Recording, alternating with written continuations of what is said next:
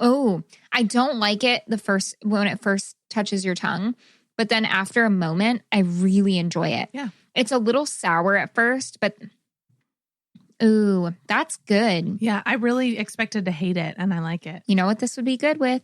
Champagne. We read that you're not supposed to mix champagne and beer. Which is why Shara drank champagne and beer for her drunk episode, and I'm going to drink champagne and beer for mine. Actually, like that. It's very pineapple at the front and then very biscuity or yeasty at the end. Yeah. I like it because it's not artificial tasting. It's literally like a fucking pineapple. Like they dropped pineapple pieces in your beer is what it tastes like. But the pineapple doesn't linger, which I like. No, yeah. Because that lingering pineapple taste with beer can be gross, but it lingers as a hef or something. Like it's banana-y on the finish. It tastes like a wheat beer that they just maybe put a dollop of pineapple juice in. Or It's like a little mimosa. It's very yummy. This would be great for anyone who loves fruity mimosas. This would be really good if you like beer with your breakfast. This would be very good if you like beer. This would be very good if you are not a Nazi. This would be very good if you've ever been to the store and you saw a pineapple there and you thought, I'd like to buy that pineapple. And then you bought it and you brought it home and you didn't know how to cut it. So it went bad and you threw it out. You should drink this beer. This would be very good if you have a human name. Oh my God. Or otherwise. If you have a pet or if you don't have a pet, you'll like this beer.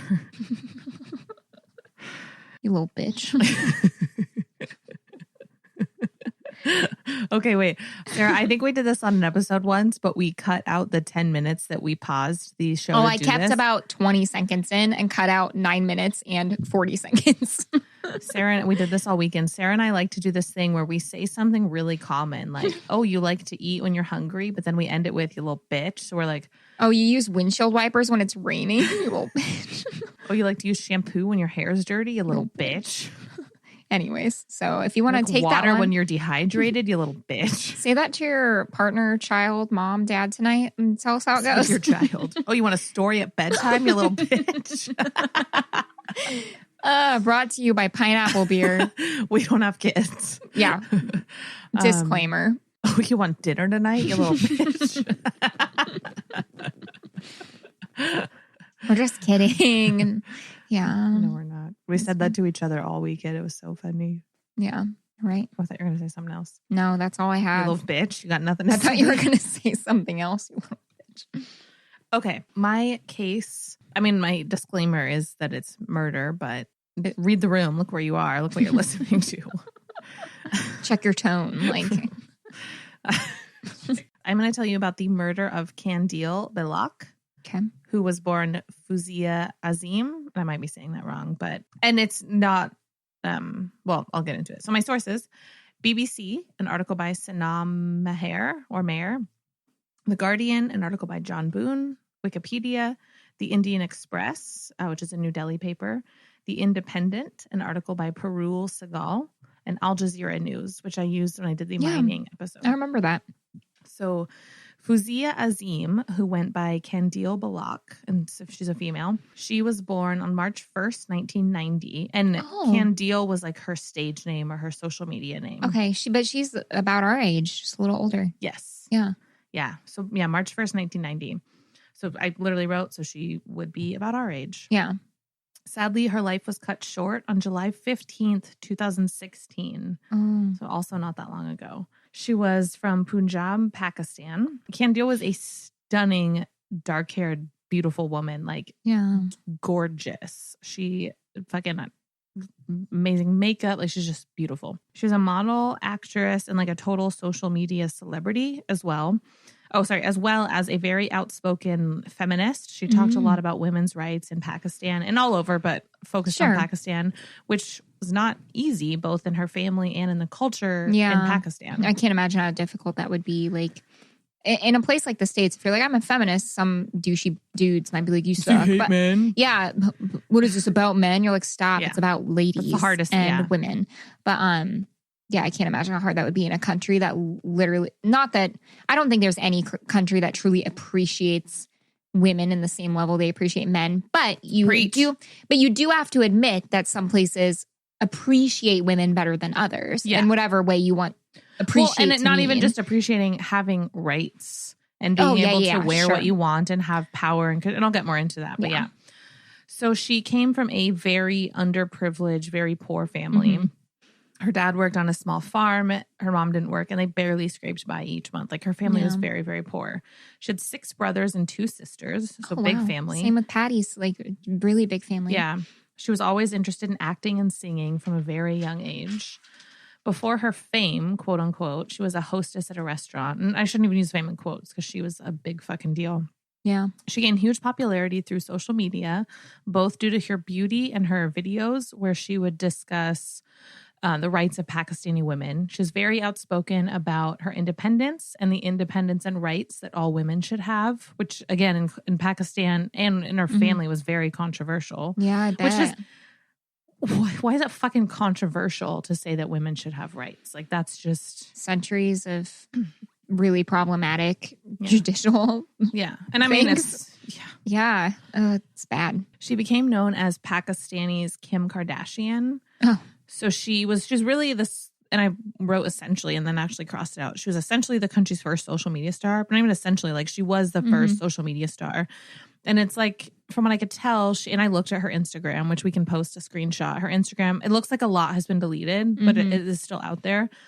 From what I could tell, she became an actress and she was in music videos and she was a model, but so she like got fame and popularity first and then used her platform to speak out about the rights. Because obviously I feel like it would have been harder for her to gain fame. Sure. But I love when I just admire it so much when you're in this platform and you'll fucking risk everything to use that platform when you can reach a ton of people to talk about something that really matters. Yeah. And I've noticed that, maybe not in the same way, but I've noticed that a lot with celebrities in 2020. Like, you can see, it's very clear which celebrities believe what, whether or not they're like, they've made it their mission, which some have, but it's been an eye-opening year. Well, and I hate, and granted, I don't judge the ones who don't. Yeah. Well, there's some things, I wish people would speak up and use the platform. But we also don't know what they're doing behind the scenes. Sometimes I see might people be donating or who knows. Sometimes people bitch about a celebrity and then you find this article and like deep in the internet that they've donated millions and whatever. But I also hate when I see people post like, oh, just play football and shut up. What do you have to do with politics? You're a human, an American before you're a fucking NFL player, whatever it is. Yeah. I don't. Also, how come you're allowed to police that rando? Right. I don't, you know what I mean? I hate when I see, just play basketball and shut up. You shut up, Karen. You can even play basketball. You shut up and don't do anything. Yeah. You've never even tried to play Monopoly. Hoops. Yeah.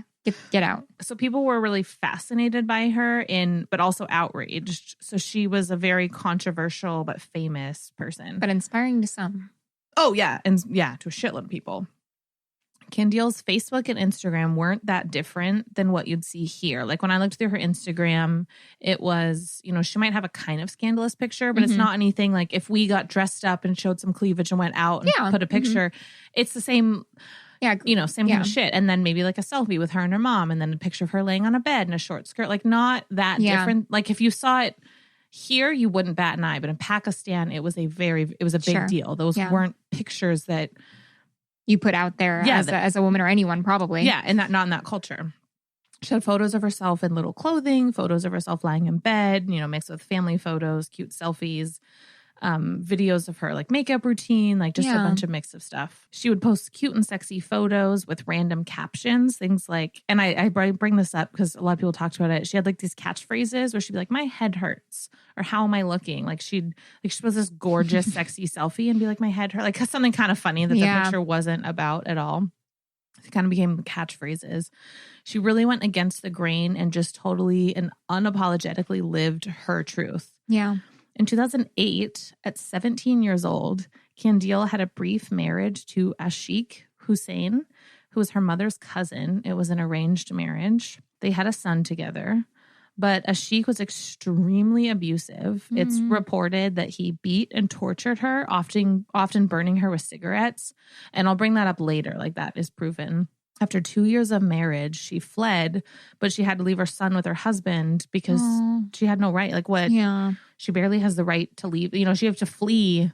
Yeah. You barely have the right, or I don't even think you have the right to divorce. Like she just had to flee. So then she was giving up her son. By 2014, she began regularly appearing on Pakistani talk shows. Oh. And then in 2016, she met, and this doesn't seem that crazy, but this becomes a huge deal.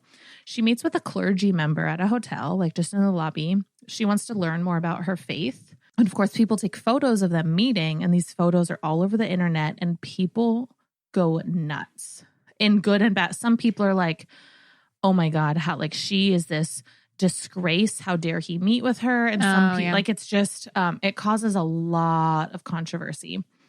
The meeting actually leads to the man, the clergy member, getting suspended from his position on a religious committee. Oh my gosh. But shouldn't you want to do outreach? Religious committee? No, because she was too controversial. Like, how dare you meet with someone like her? But it led to her being asked to be on more talk shows to discuss her life. Like, so it kind of helped her. And she didn't do it as a stunt, like from what I could tell. But she actually went on talk shows where she debated religious scholars on TV about religion.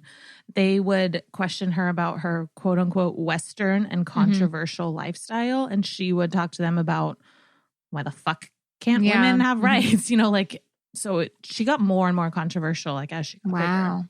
It's so crazy that, this probably sounds stupid, but it's so crazy that in the States we think about like our media and our celebrities and but that's like not what the whole world knows. Like, obviously celebrities in the United States are known by the world because of Hollywood and things like that. But like, no, all countries have these celebrities and the talk shows and it's just interesting to like remember that and like look at what it looks like elsewhere. Does that sound dumb? No, because we're so in our own bubble. And when we were talking this weekend, Evan was talking about, Evan talked about Lance Armstrong. We were talking about, excuse me, since when do I say excuse me after I burp? Yeah, stop it. But everyone's talking about Lance Armstrong, and then he named another cyclist, and I was like, I don't know who that is. And he was like, well, yeah, because you're in America. And he didn't mean it offensively, but he was like, if you were in Germany. But it's true though. Like, we don't pay attention to what's happening. And I say we, like most of us don't pay attention. And not only do we not pay attention, but if it's not if we don't have access to the information, how would we know? Unless you're looking for that. Exactly. If it's not,